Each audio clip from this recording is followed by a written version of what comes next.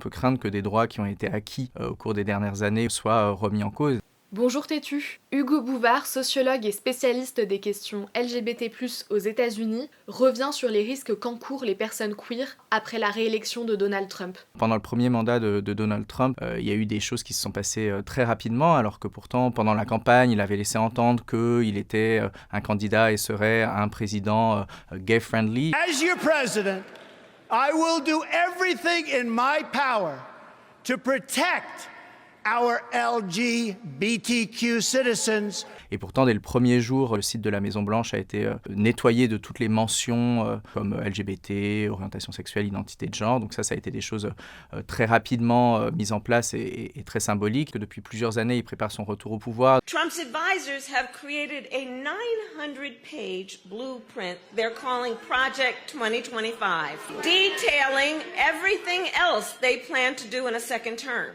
Dans le projet 2025, il y a un certain nombre de mesures anti-LGBT annoncées sur les personnes gays, bisexuelles et lesbiennes. C'est surtout des propositions de revenir sur le fait que la discrimination sur le motif de l'orientation sexuelle dans le domaine du travail, par exemple, est interdite. Il se concentre essentiellement sur les personnes trans.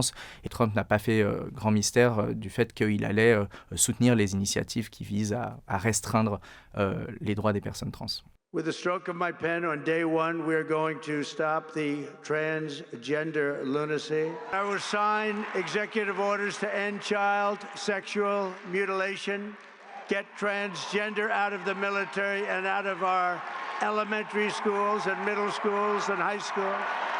Under the Trump administration, it will be the official policy of the United States government that there are only two genders, male and female.